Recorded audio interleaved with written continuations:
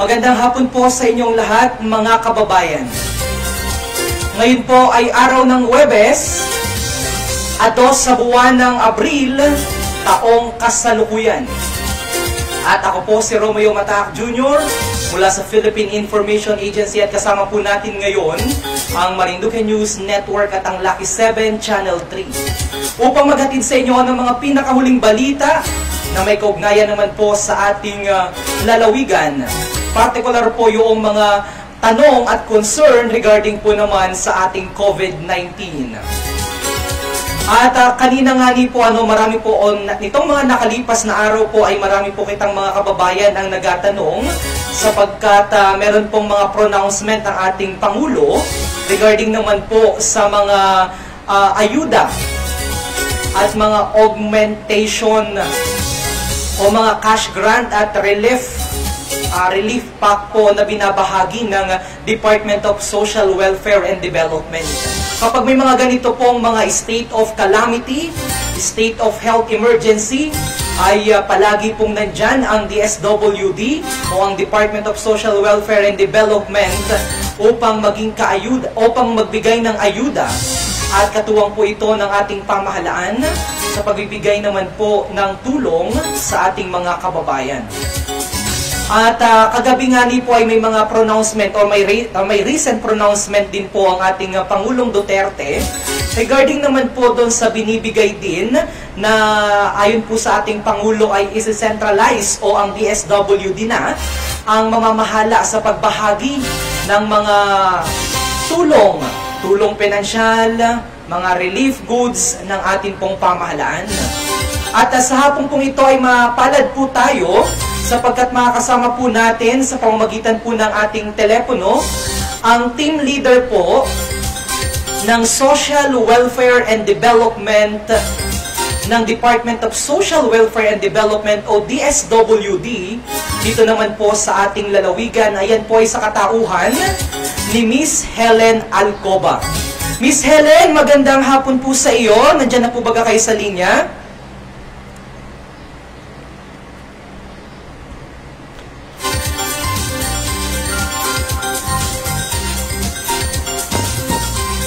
Po. Miss Helen, magandang hapon po. Magandang hapon po, sir. Opo, Miss Helen, tayo po ay live na napapanood sa Lucky 7 Channel 3 at sa Marinduque News Network at after po nito ay upload din natin ito sa Philippine Information Agency Marinduque. Kumusta po muna kayo, Miss Helen? Okay naman po, sir. Ayos naman. Alam ko po na busy-busy po kayo at ang inyo pong kagawaran o ang inyo pong ahensya. Opo, sir. Mukhang kayo po ngayon ang sentro ng katanungan at mga pinupuntahan o nilalapitan ng ating mga kababayan. So, Miss Helen, ano po muna ang so far, ano po ang tulong na inaasahan po ng ating mga kababayan mula naman po sa DSWD o sa pamamagitan po ng DSWD? Okay po. So, pag ganito pong mga calamity or may mga emergency sa ating lalawigan, ay katulong po ang department para po matugunan ang mga pangailangan po ng ating mga kababayan. So kami po sa ngayon ay nakatutok po para sa relief distribution ng food pack, food and non-food, and saka dito po sa ito pong pinagkakaguluhan ngayon na social amelioration program po gabay ng para sa pagbibigay ayuda ng DSWD. So yun po ang pinaplansya namin ngayon para matugunan po ang pangangailangan ng ating mga kababayan. Miss Helen, ano po ang partikular na mga ayuda ang inaasahan po sa pamamagitan po ng DSWD ng ating mga kababayan? Yun, una po yung para ma-augment po yung sa pangailangan sa pagkain. So, ang DSWD po ay may tinatawag na relief distribution o food pack po para sa mga kababayan natin na nangangailangan ng pagkain. So, siya po ay 6 kilos of rice, 4 sardines, 4 corned beef, and 6 coffee. Opo. So Miss Helen, unahin po nating pag-usapan yung relief goods na binibigay po ng inyong ahensya. Miss Helen, sino-sino po yung makakatanggap ng mga nabanggit niyo po na mga relief goods? So ang relief goods po ay nire-require namin ang local government unit na mag-submit ng request letter kasi tayo po ay augmentation lang. Kasi base sa local code ay ang tutugon po sa pangangailangan ng mga recipient ay yung local government muna. So ang sunod po niyan ang provincial, then kami po sa national augmentation. Okay. So, Miss Helen, nakapag-distribute na po baga ang DSWD ng mga sinasabi niyo po na relief goods para sa ating mga kababayan dito sa ating probinsya? So far, sir, ay nag-submit pa lamang ang LGU ng letter. Pina-approvean po namin sa aming regional office. So, tatlo pa lang ang nag-submit na munisipyo ng letter nila. So, inaantay po namin approval, then baka by next week po makapag-distribute na kami. Okay. Anong mga bayan po kaya yung ating unang mabibigyan o mabibigyan po nitong mga relief goods na binanggit niyo po? Kung sakasakali man na dumating po yun. Sa Bitmil. Super po ang Santa Cruz na una. Ang bayan po ng Santa Cruz. Opo, ang nagbigay ng letter request. Okay. Miss Helen, yung mga mabibigyan po ba ganito, ayun lamang pong kabilang sa 4-piece? Ay, hindi po, sir. Ay, yun po ay, depende po doon sa tinarget ng LGU. Nabibigyan natin ng food pack. So, nakadepende po yun, ma'am, sa ibinigay po o inirequest po sa inyo ng LGU. Okay. Meron po kayong alam o may detalye po kayo kung ano yung criteria na pinili ng LGU para mag-fall po doon sa mga mabibigyan ng mga magagaling po sa inyo na relief goods? Ang LGU nagbigay sila sa presa. So, hindi ko natin sa kaya ng residente, isang bayan. So, may augmentation na. So, ang ginagawa ng LGU ay yung mga low income. Walang kakayahan kung bumili ng silang pagkain dahil nga natenga po yung kanilang trabaho. Okay. Dito po sa unang, kumbaga parang first tranche po ito, na ibibigay po ng inyong ahensya dun sa bayan po ng Santa Cruz, ay gaano ulit po nga ni ito kadami? Kadami, sir? Opo. Actually, yung approval ay hindi pa nakakabalik sa amin kaya hindi ko pa po masabi kung ilan yung in-approve ng regional office. Okay. Kasi magbabase din kami doon sa aming standby fund at saka yung sa COVID fund. So, ma'am, doon naman po sa cash grant, dahil medyo nalilito po sila, dahil iba yung ibibigay na cash grant ng DSWD at saka ng DOLE o ng Department of Labor and Employment. Opo. So dahil sa Department of Labor and Employment, by the way, tutok po yung ating mga kababayan dahil bukas po natin makakapanayam si Mr. Moreno ng DOLE. So para i-clarify natin at mas maunawaan po ninyo yung pagkakaiba. So sa DSWD po, magabigay din po kayo ng 5,000 cash grant. Tama po ba? Ganito po, sir. Sige po.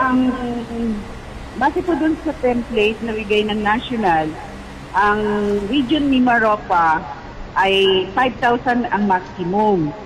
Yung 5,000 po na maximum yun, lahat na po yun ng agency, national agency. Kaya po, kung halimbawa sila ay recipient na ng DOLE, hindi na po sila makakakuha yung sa DSWD. Kasi national din po yung DOLE. Kung hindi sila makakakuha sa DOLE, saka natin i-accommodate dito sir. Okay. Okay, gets. So ibig sabihin, kung sila po pala ay nag-apply na doon po sa programa na abigay ng DOLE, hindi na po sila Gabay para sa pagbibigay ayuda ng makakakuha DSWD doon at sa iba pang ahensya ng gobyerno doon sa DSWD naman. Opo, sir. At Kasi ano po? Nasa joint memorandum, ang lahat ng programa ng national, dapat ang maximum natin na ibigay sa client ay 5,000. Okay. So, ma'am, ano naman po yung kinakailangan na mga requisitos o mga form o mga requirement para ang isa po nating mga kababayan ay maka-avail nun pong cash grant na ibibigay naman po ng DSWD? Siguro, sir, simulan muna natin, sino ba yung kakatuhan? Ayun, mas maganda po yun. Sige. Opo, go ahead po. Oo. Sino po yung qualified? Ayun. Base po doon sa ating memorandum, ay ang target beneficiary natin ay low-income household o yung nasa subsistence economy o mga workers ng informal na inassess na talagang apektado nung sitwasyon natin ngayon. Sino-sino po ang mga ito? Ito po yung poor beneficiaries. Pangalawa, informal economy workers. Yung mga informal economy workers, ito po yung kagaya ng directly hired or occasional workers, kagaya ng housemaid. Hindi na nakapunta doon sa kanyang pinaglalabadahan kasi bawal na. Ano po? So yun po, pwede yun. Subcontracted workers, yung mga pakyawan, yung mga home workers o yung mga naggagawa ng naitibili-kasi. Halimbawa, yung mga candy dito sa atin, hindi na nakapagtinda. Ano po? Hello, sir? Opo, nakikinig. Opo, ma'am, nakikinig po ako. Sige. Okay. Yung house helpers po o yung mga kasambahay, dahil hindi na nasa kabilang barangay yung kanyang amo, ay hindi na siya makapunta. So, natengga yung kanyang trabaho. Kasama po yun. Yung mga drivers po ng pedicab, bicycle driver, jeepney driver, ano po. Yan, kasama din po yan. Okay. Pero yan po yung mga hindi nila pag-aari. Ano po? Yung kanilang tapos wala naman tayo dito ng grab So, hindi yung kasama. Yung mga micro-enterprises po, mga producers, operator ng grocery store, nasara. Ano po? Mga agribusiness na ang kanilang assets ay hindi lalampas sa 100,000. At ang kanilang employment size ay hindi bababa sa 5 empleyado. Saka yung mga family enterprise po, mga food production, mga pagtitinda ng mga prutas, gulay na hindi na makapagbiyahe. Ano po? Kasama din po yun. Yung sub-minimum wage earner, mga karinderya, dishwasher sa karinderya, helper, na hindi na nakapagtrabaho. Mga farmers po, mga employees ng affected na no work, no pay. Pero kung sila nga ay na sa DOLE, naka-avail na, hindi na natin i-cover. Yung mga stranded workers, ano po, yung sa construction worker na na-stranded sa respective construction sites nila. Okay. Kayong other household po na kagaya sa vulnerable sectors, kagaya ng senior citizen, person with disability, yung mga buntis at nagpapasus ng mga nanay, solo parent, OFW na hindi na nakaluwas dahil wala nang aeroplano pong nababiyahe. Ano po? Saka hindi na sila kukuhanin ng employer. Saka yung mga pinabalik sa Pilipinas dahil nawala na ng trabaho doon. Okay. So saka medyo yung mga walang mga bahay pero so far wala namang kita nito. Okay. At saka yung mga vulnerable sector po, yung nag-undergo ng dialysis, chemotherapy, mga ganyan po. Yun po ang cover. Ang isipin po nila, low income family. Kung yan naman ay pedicab driver pero ang asawa po ay teacher, ay huwag silang sumama kasi sila naman ay may sahod po yung teacher. Ibig sabihin, kaya pa naman nilang pakainin ang pamilya at regular naman yung kanilang sweldo. Kahit sa kanyang asawa ay hindi makapag-biyahe. Ano po? Oh, I see. Ma'am, magkano po yung sino yung kinukonsider o magkano po yung amount na kinukonsider natin na ang income nila ay yung tinatawag na low income earner? Opo. Ganito, ang poverty threshold ng ating probinsya ay umaabot siya sa 11,000. Kung more than 11,000 ka, ikaw ay may kakayahan na. Kung below ka doon, pwede kang low income. Tama ka doon sa low income. A family of 5 members, 5 members. Okay. Ma'am, ito po yung specific na situation, dahil ako po ay bumisita dyan kanina sa Laylay, nabisita ko po yung mga mangingisda doon. So, ito po isang mangingisda. Hindi naman. Paano manlilimos ang isang tao? Tapos, siya po, manawagan kita. tapos siya po ay kung ano yung gusto mo. Hindi kita walang kasama o yung at nanayin niya po ay walang trabaho.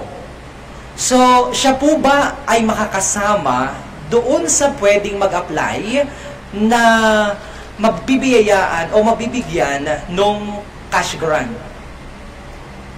Ilan po ang family income nila?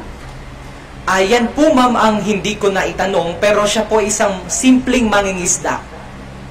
Kasi doon sa form po ay nakalagay doon ng monthly income. Para ma-assess po siya ng social worker ng munisipyo. So kailangan po muna itong i-assess ng munisipyo. Opo, kaya pipilapan po nila yung form. Ito po bagay yung form na sinasabi po natin, ma'am, yung social amelioration card. Opo, yun na po bagay yun? Opo, sir.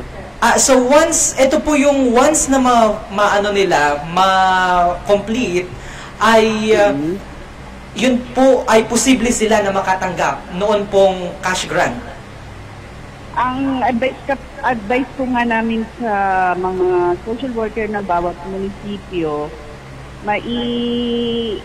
initially ay meron ng listahan ang barangay nang talagang depende dito sa criteria po natin na qualified para lilinisin na lamang po nila. So most probably, siguro naman wala namang kapitan o barangay official na mamulitika sa panahon ngayon ay ang bibigyan talaga nila yung mga qualified. Okay, ma'am, linawin natin. Ito pong SAC na form ay ang mag-aasikaso po nito o ang mamumudmod o ang magbibigay sa mga barangay ay ang munisipyo o ang barangay na mismo? Ganito po, ang mag-print ng form ay ang munisipyo po, tapos ibibigay po nila ito sa barangay officials kasi kulang din po sila ng tao. Kailangan barangay official po ang magbibigay nito sa bahay-bahay ng mga nasasakupan nila at pipil-upan po ito ng may bahay mismo. Ano po? Okay. Nung pamilya. Tapos pagkatapos po nila mapil-upan itong dalawang kopya, ibabalik po nila ito sa barangay official at ito po ay puputulin at ang isang bahagi, ang kopya ng beneficiaryo ay naiiwan sa beneficiaryo at ang isa ay isasubmit sa MSWDO at ito naman po ang isasubmit nila sa amin. Okay. Kasi ito po ang pagiging basihan, sir, ng lahat ng matatanggap nila na ayuda galing sa kahit anumang ahensya ng pamahalaan. Dapat nga po kahit yung sa DOLE, ito rin siya nakalagay. Kaya Okay. wala pong duplication. Correct. Actually, yun po yung itatanong ko na isa papaano ho nyo mabe-verify o malalaman na siya ay tumanggap na o hindi pa tumatanggap sa DOLE para hindi naman po mag-duplicate on your end kasi magmimigay din nga ni po kayo ng parang kaparehas para sa mga informal individual. Opo. Opo. So ngayon ma'am, ang next na question ko po ay lumalakad na po baga or nai-print na po baga ito ng mga ng mga LGU para maipamahagi na ng mga kapitan o ng mga barangay official sa kanilang mga pamayanan na nasasakupan? At kaninang umaga, sir, nagpiprint na po ang lahat ng mga munisipyo at yung iba ay namimigay na po nito. Opo, kasi kaya ko po naitanong ay dahil nung pumunta nga ni po ako kanina sa Barangay Laylay, ay wala po silang idea at nagatanong po sila kung kailan mabisita sa kanila yung kanilang barangay official para kung sakasakali man ay makapag-comply sila o makapag-fill up sila ng form na SAC. Ang feedback po sa amin ng buwak, ang SAC merong form na ongoing pipirmahan. orientation, pero hindi siya pangkalahatan kasi ang gusto ng MSWDO po ay clustering para mas malinaw daw sa barangay na mai-orient sila kung paano po i-accomplish yung social amelioration card at paano ang sistema ng pagpili at sino yung qualified. Kaya ongoing po sila, nag-start na po sila kanina at hanggang bukas po alam ko po ay may orientation pa at ang aming ibang staff po ay mag-augment sa munisipyo ng Buwak dahil malaki po ang area ng Buwak. Okay. So, sa mga panahon po o sa mga sumandali pong ito ay Buwak pa lamang so far yung nagkakaroon po ng Hindi po. orientation? Lahat na po. Lahat Actually, na yung po. ibang isahan na. Oo po. Isang Bukas bagsakan na po ay pala. ng umaga ay ang alam ko po sa feedback sa amin ng MUFOG ay meron po silang meeting at ipapamahagi na rin po itong social action, social amelioration card. Okay. So, maliban po ma'am doon sa mga binanggit nyo po na mga individual na pwedeng o mag-apply dito po sa SAC na ito o doon sa cash grant nga ni po, doon sa low income earner na binabanggit nyo po, ito po ay i-assess nung barangay at saka ng MSWD o Municipal Opo, Social kasi barangay po. Welfare Development Opo. at saka po ng barangay. Opo, katulong po natin ang barangay. Gaano naman po ma'am katagal bago natin ma-assess ang isang pamilya, for example, na kung siya ay qualified o hindi, kung yung income ng kanilang pamilya ay kung sila ay low income earner? Ano po? Gaano po katagal yung proseso bago po nila malaman kung sila ba talaga ay qualified o consider as low income earner?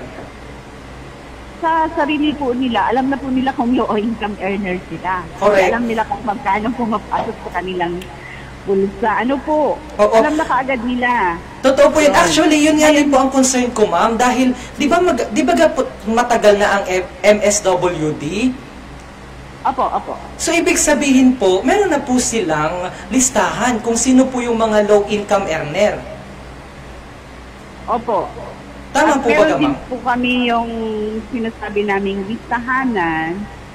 Yun yung talaan ng mga mahihirap na mamamayan. Pero yun po ay, kasi itong meron na mga nasa middle class, pero ngayon natenggan po ang trabaho, din nakasama sila ngayon sa nangangailangan. So, consider natin.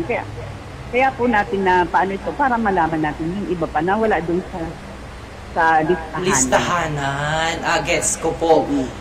Okay. So, pwede ko po bagang sabihin, ma'am, o pwede po baga nating sabihin na yung mga kasama na sa listahanan program, yung mga nakalista na po doon, sila po ay automatikong makakatanggap nitong mga ayuda na ito? Yung pinakahuli po kasing listahanan na may result na ay ng 2015 pa yun, sir. Ngayon nagkaroon po tayo ng listahanan nitong Nag-start po tayo ng November hanggang January. Sa ngayon, hindi pa po lumalabas yung result, saka for validation pa po yun. So, 5 years na ang nakalipas, baka may mga nadagdag na po doon. At meron na rin, umangat na rin yung buhay kasi may nakapagtapos na ng anak, may nakapagtrabaho na. Sana naman po, Most probably po, sir, na ang mga nandun, kasama pa rin natin. Sila pa rin ito. Saka yung 4P. Kasi yun din ang pinagbasihan ng 4P. I see. So, going back po ma'am doon sa pagproseso o yung consideration po ng isang low-income earner, gaano po, babalikan ko po yung tanong ko, since sabi nyo, kapag yan po ay nag-fill up sila ng form, i-forward po yan, isa sa inyo, i-assess ng barangay, i-assess po ng MSWD. Gaano naman po katagal ma'am yung validation nito? Kung ito po ay mapadala kaagad sa amin, ipapadala namin sa central office for the duplication. Ibig sabihin, para makita nila kung na-duplicate ba o hindi. Mamatching po yan. Then siguro sa amin hanggang 2 days lang yan. Okay. So medyo mabilis lamang po pala. Kaya po napamadali natin po yung napamadali po natin sa barangay na Kasi ang namin, instruction dapat doon, pag binaba po ito, ilakarin na ng mga kagawad na nakakasakop, iwan sa barangay, sila mag-fill up. Tapos, kung pwede sa umaga, pa-fill upin, pinatanghalian, kuhanin din, isubmit sa MSWD para madali at a-include po ng MS pa itong mga pangalan nila for submission sa central office ko. Kasi mabilis naman po, email na lang tayo ngayon. I see. Hindi naman na yung original na traditional na submission po ng mga forms. Opo. So at least on your end, mabilis naman po pala yung ginagawa niyong validation. So ang dependency na lamang po natin ay dun po sa central office. Opo. Pero so, madali naman po yan na ibalik pag Okay. So linawin natin. Okay, ma'am. Linawin po natin sa ating mga kababayan dahil ang alam po namin, miski ako po, kala ko po ako'y pwedeng mag-apply din dahil ako rin naman po ay hindi na rin makalabas ng bahay, gawa po ng enhanced community quarantine. So ngayon, ang nalaman ko po sa inyo ay kapag ikaw pala ay hindi po kasama o hindi kabilang doon po sa o ang income mo po ay lagpas base po doon sa itinadhana na sinabi nyo kanina, at ikaw po ay consider na low-income earner, ikaw lamang po pala ang qualified na mag-fill up ng form, ng SAC form. Okay. So, doon sa ating mga kababayan, na sa palagay nyo naman ay enough po yung kita ninyo o yung income ng isa sa mga kapamilya ninyo, ang parang sinasabi po natin ay hindi na po nyo kailangan mag-fill up ng SAC na form. Tama po ba sabihin yun, ma'am? Opo, ipaubayan na lang po natin doon sa talagang nangangailangan. Huwag na po kitang makibahagi pa. Okay. Kasi marami yung nagugutom. Okay. Kasi ang sinasabi naman po ng ating mga kababayan, lalo na po nung mga kababayan natin na bagamat sila po ay may trabaho, pero hindi po sila nag-stop po yung kanilang trabaho, ay wala din po silang income. Kaya sila naman po ay nagatanong kung makakasama din sila dito sa DSWD. Pero ang masasagot po natin yan, kung sila naman ay may trabaho at nag-stop po ng kanilang trabaho, pwede po sila mag-apply doon sa DOLE. Opo. Okay. Tama po yun, sir. Okay. So, baka may gusto po kayong idagdag, ma'am. Pa-expound pa po yung ating SAC. Sige po, sir. Opo. Ganito po. Di ba nabanggit ko po, sir, kanina 5,000? Ano po? Opo. Ngayon, ang sinabi kong ibibigay namin ay food pack at saka itong aid to individual in crisis situation or amelioration. Ano po? Na-total siya ng 5,000. Ngayon po, yung food pack ay nagkakahalaga ng 550. So, pwede po ang agency, ang department po ay pwede pong magbigay hanggang 3 bigayan ng food pack. Ang nasa computation po namin, base dito sa memorandum namin, ay Kung 3 food packs po siya, 1,650. Ang total po niyan. So, ang cash po niya na matatanggap, kung siya nabibigyan ng 3 food pack, ay nasa 350. A total of 5,000. Naintindihan po, sir? Opo. Apo. So, yun po ang ibibigay ng ahensya. Okay.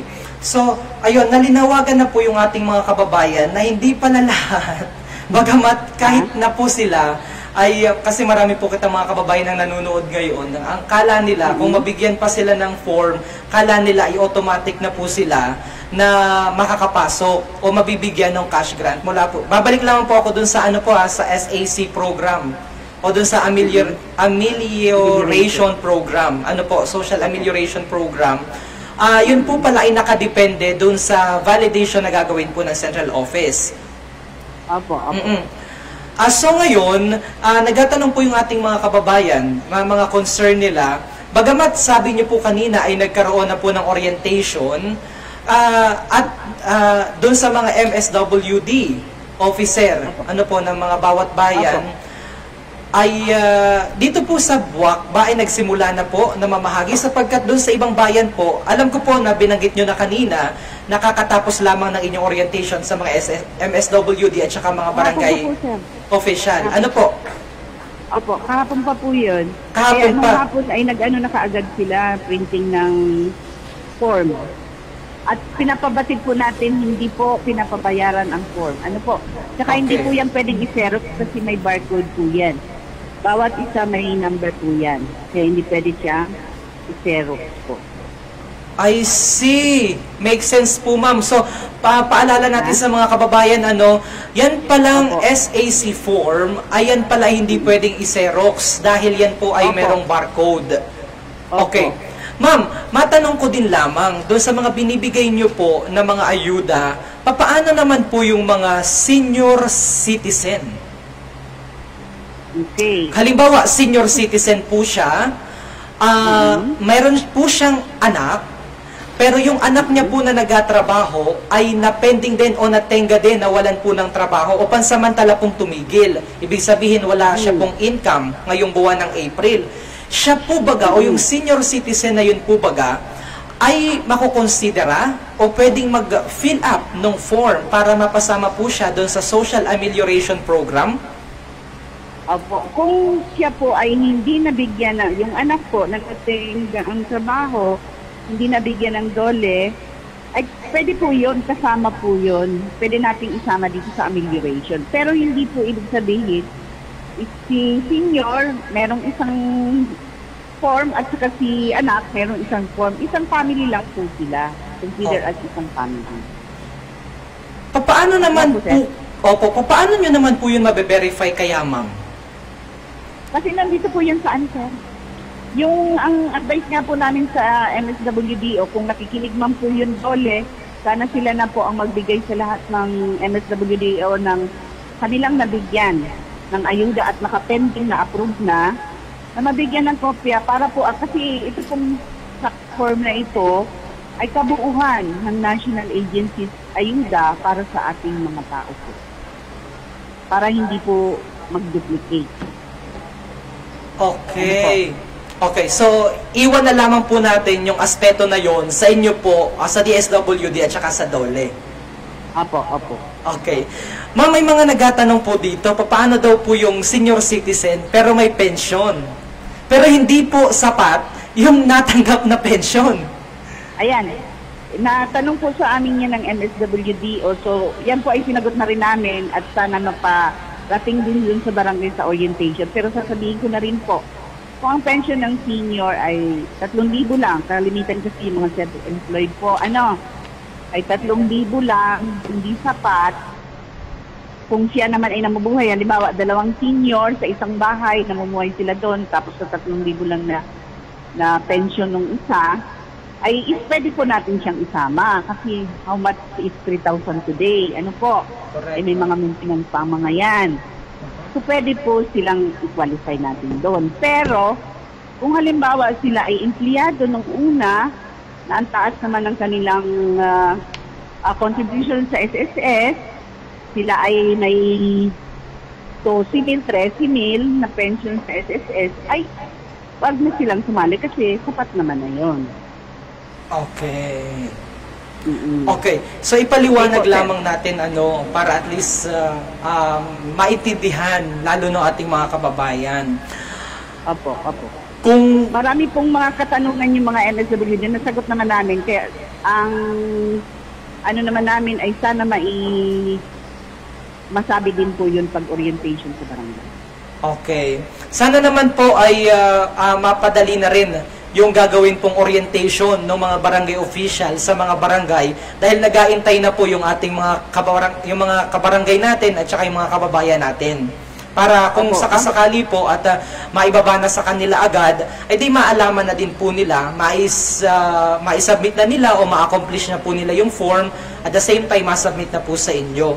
Dahil hanggang sa ngayon po, dun sa iba nating mga kababayan, unawain din natin yung DSWD dahil meron din pong proseso. Kailangan din po nilang magkaroon pa ng orientation para po dun sa mga MSWD officer, baba po sa barangay, and then yung barangay po yung magapaliwanag. So ngayon, intayin po natin o antabayanan po natin, siguro sa mga susunod po na mga araw ay marating na dyan sa inyo pong mga barangay o sa inyong mga pamayanan, yun pong ating mga MSWD officer, gayon din po yung iba nating yung mga barangay officials natin. Para ipaliwanag po ito, yung tungkol po dito sa amelioration program ng DSWD.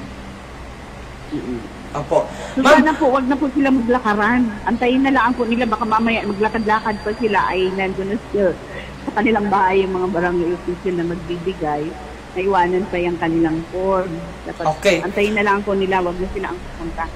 May specific po baga ma'am kita na inatingnan na period na dapat by this period ay masubmit na nila o masubmit na ng mga barangay yung mga SAC form o card sa MSWD? Supposed to be po, pag naibigay sa kanila yung form ng umaga ng barangay, dapat submitted na nila sa hapon at para kinabukasan ay submit na rin ng barangay sa MSWDO.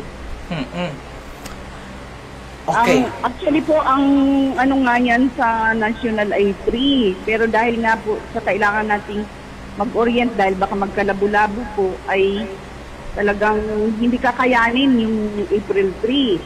So, sana ang pinaka-huli ay sabay Monday nasa amin na. Kaya kung pwede matrabaho ng barangay, nakikiusap na po kita na kahit Sabado at Linggo ay magawa natin.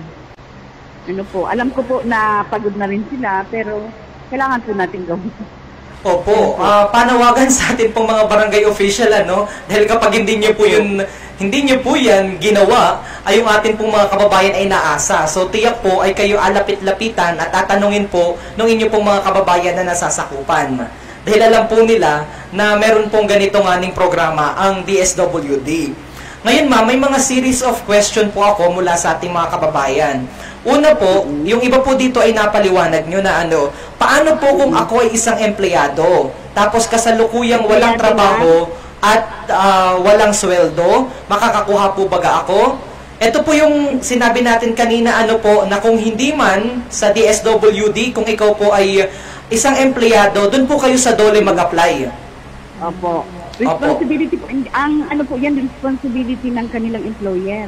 Okay. Makipag-coordinate po sila sa kanilang employer. Employer, yes po, sir. Ito po, ma'am. Employer magsi-certify na sila ay empleyado ng ganun. Employer po, halimbawa naman po, ma'am, ulitin po natin, though nasagot nyo na po ito kanina, sa isang pamilya may 5 na nawalan ng trabaho, may isang senior, ilan po doon ang pwedeng mag-avail ng cash assistance? Si isang senior pa ay magbilang lang. Baka dependent si isang senior na. Kahit nawalan, 5 po ang nawalan doon ng trabaho. Ang consider lang po natin doon na bigyan kita. Isa lamang po. Maliwanag po yun. Basta family. Opo, maliwanag po. Ang bilang po ay family. Okay.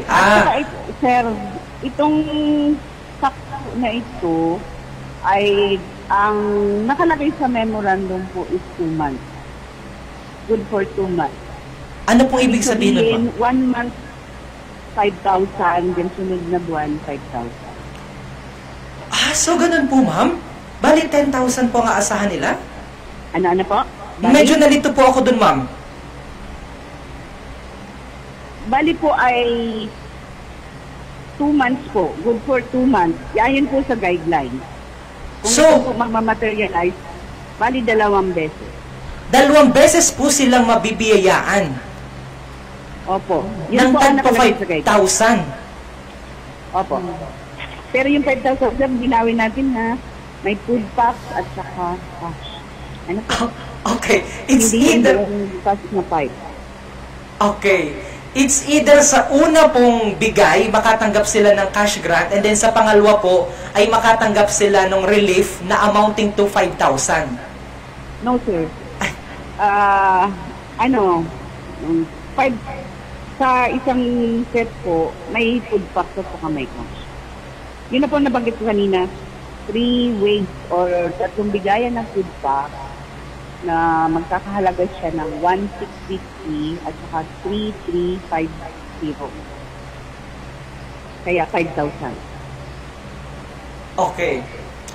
Yung next na question po, ma'am, papaano kapag wala daw form sa barangay namin?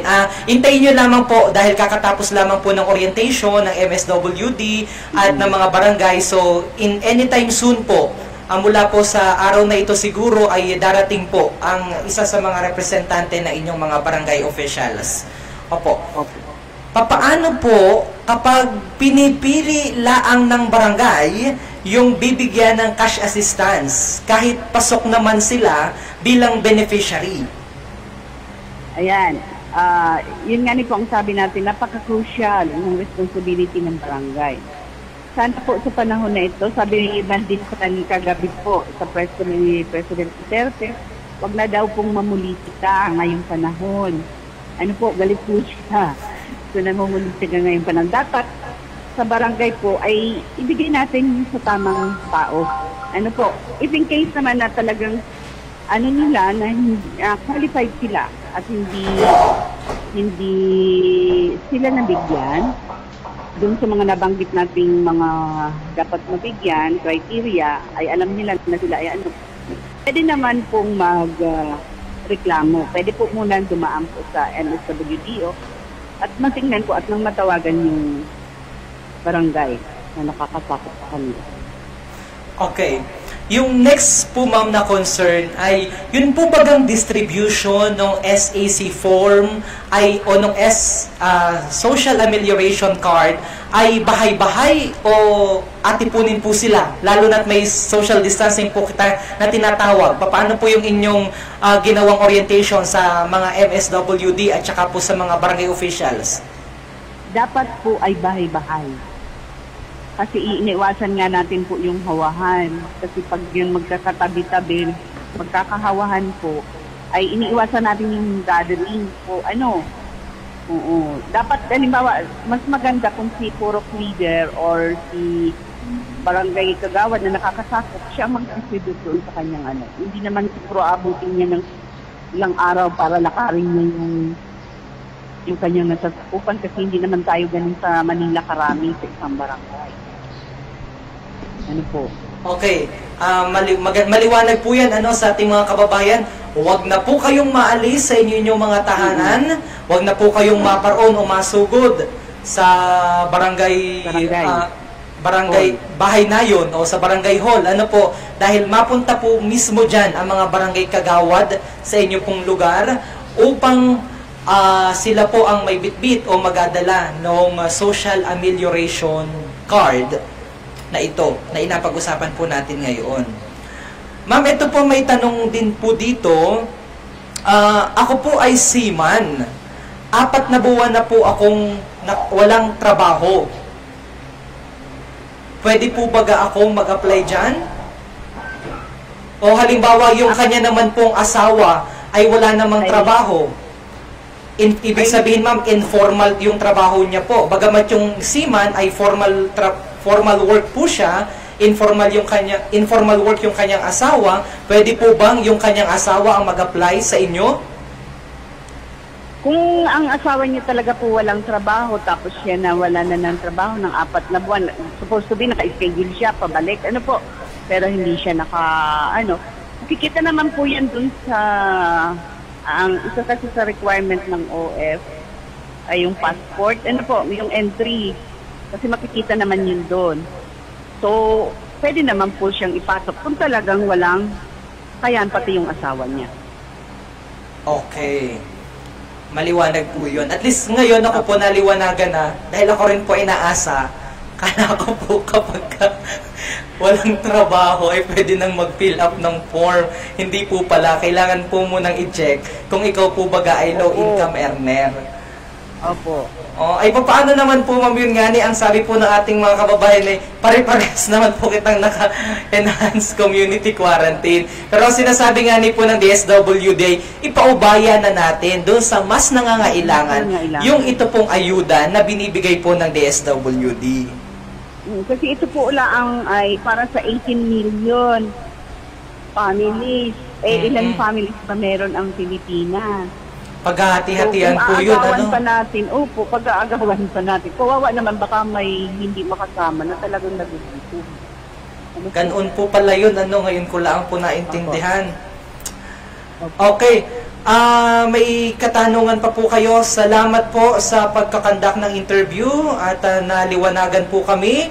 Pero ma'am, may sinasabi po dito yung ating mga kababayan dahil ang narinig daw po nila sa pronouncement ng presidente ay 3 bahay daw po yung pwedeng ay tatlong individual sa isang bahay ang pwedeng abigyan ng form. Pag halimbawa po, extended family, halimbawa, isang bahay, yung 2 anak na may asawa, nakikisulok pa. Tapos, halimbawa, yung 2 may asawa na yon ay may mga anak. Yung isa ay 3 anak, yung isa ay 2. Tapos si mother and father, meron pang unmarried na sa ngayon na malanding ng trabaho, pwede po yun ng 3. Pero kung halimbawa po, si mother at saka si father, parehas senior, tapos dependent lang siya ng anak niya, isa lang po ang consideration doon. Isa lang na family yun. Kasi dependent lang siya. Gets. So, dahil minsan ho, sa isang pamilya dito sa ating probinsya, kasulok yung nanayin. Bagamat sila po ay may pamilya na o yung tatayin. Ano po? Opo. Yun po yung ibig nyo sabihin. Pero kung meron siyang na anak na kasama pa, unmarried na tapos nagbubuhay-buhay din sila ng sarili. O kahit pa, may hanap buhay tapos nawalan doon dahil na dito sa COVID, pwede siya consider. Pero kung 2 lang mag-asawa, nasisulok nung anak na dependent pa rin siya doon sa nagatrabaho ng anak. Okay. So sabi nung ilan sa ating mga kababayan dito, tama naman po 'yun. Kung medyo kayo po ay nakakaluwag na, ay ipaubayan niyo na po sa mas nangangailangan at sa walang-wala. 'Yun pong ayuda ng ating pong DSWD o ng ating pong gobyerno. Opo. Ma'am, baka may gusto pa po kayong sabihin o liwanagin sa ating mga kababayan dahil natanong ko na po yung mga katanungan na gusto ko pong ipaabot sa inyo. Bagamat yung iba po nating mga kababayan ay medyo naguguluhan dahil medyo iba daw po yung pronouncement ng presidente. So, liwanagin lamang natin po ma'am, and help me correct po kung tama po yung aking understanding. Dahil yan po ay kapag inayos na po ng guidelines ng kagawaran ng halimbawa ng DSWD, ayusin po nila yung guidelines. So ngayon, pag inayos na po nila, makikita na po nila kung ano at mga sino-sino ang mga dapat po na mabibiyayaan itong mga programa na ito. Kumbaga may mga implementing rules and regulation po muna kayo bago ibaba nyo naman po yan sa provincial, sa regional level. Opo. Yun po yun. Opo. Ano pa itong mga kababayan natin na nagatanong? Isang senior at isang solo parent, isa lamang po ang nagatrabaho, bali 3 po sila sa kanilang pamilya. Consider as 1 lang po yun, sir. Dependent lang si senior. Isang family lang yun. Isa lang na form ang kanilang i-accomplish. I-accomplish. Okay. Ma'am, ako, panghuling katanungan po, sa buong Marinduque po, ma'am, ilan pong form ang nakaalat? Actually, sir, ito yung sinabrahan na namin. Tapos kung may datos po, ma'am, kayo per bayan, kung ilan din, baka mas maganda na rin natin para maset na natin yung expectation ng ating mga kababayan. Ito, sir. Yung form po ay, sinabrahan na po namin ito, baka kasi medyo may masira o ano.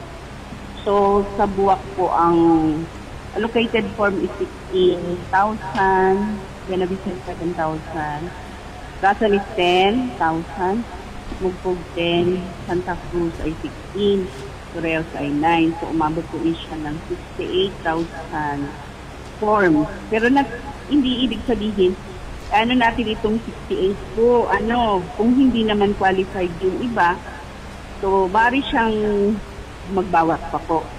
Okay. Kasi ito po ay dinate lang dun sa 2015 PSA survey.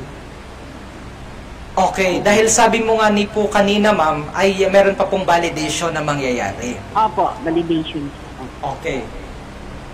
Ma'am, mabalik po kita doon sa cash gift, doon sa naman po, ma'am, maraming salamat po dahil naliwanagan na po kami dito po sa SAC program. Mabalik po kita, ma'am, doon sa atin naman pong mga cash, yung mga po natin, mga relief goods po, ma'am. Gaano naman po kadami, ma'am, yung supposed to be ay madidistribute natin sa ating mga kababayan?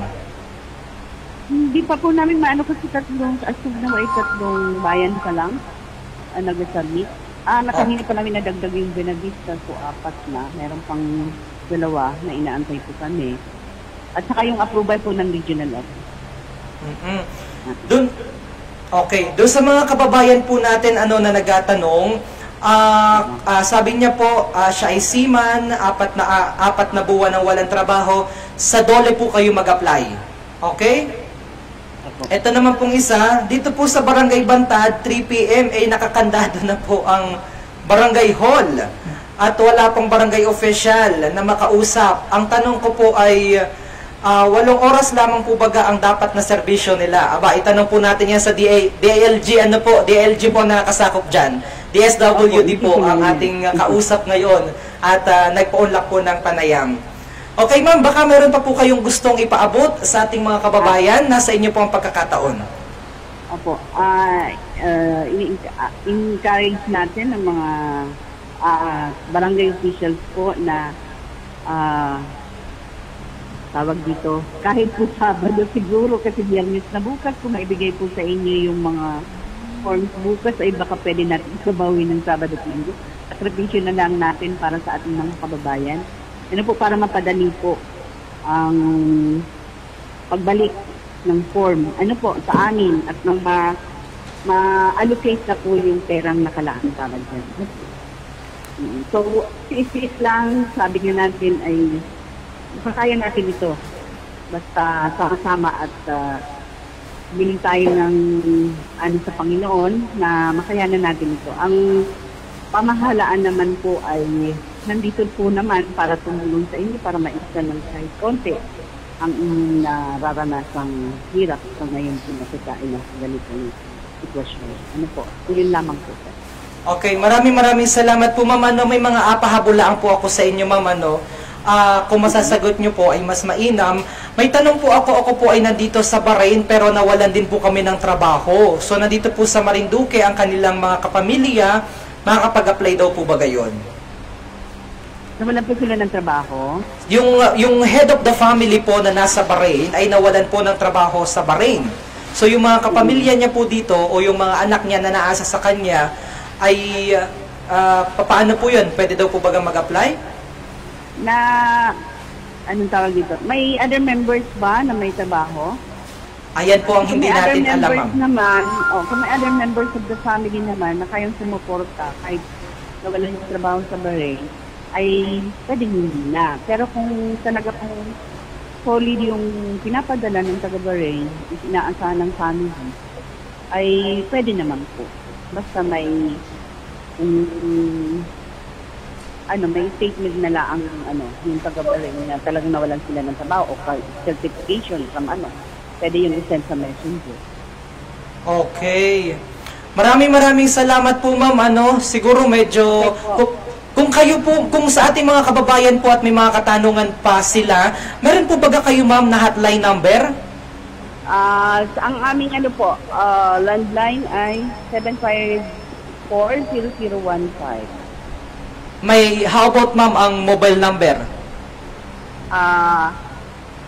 Sige, pwede ko pong ibigay, pero ngayon po ay, kumisan kasi nagtatawag po yung mga MSWD, baka mas matagal na makasagot dun sa mga MSWD kung na-entertain. Pwede naman po, mga late po na ma-entertain. Sige po, pwede ko pong ibigay. 0961-333-1372. Okay. So, si ma'am na po mismo ang masagot. Parang ito'y taga-DTI din, yung provincial director ng DTI. Siya mismo ang nasagot, Si ma'am talaga, masagot lamang po yun yung mga katanungan. Ay binigay na po mismo ni ma'am yung kanyang personal number. Opo, ma'am.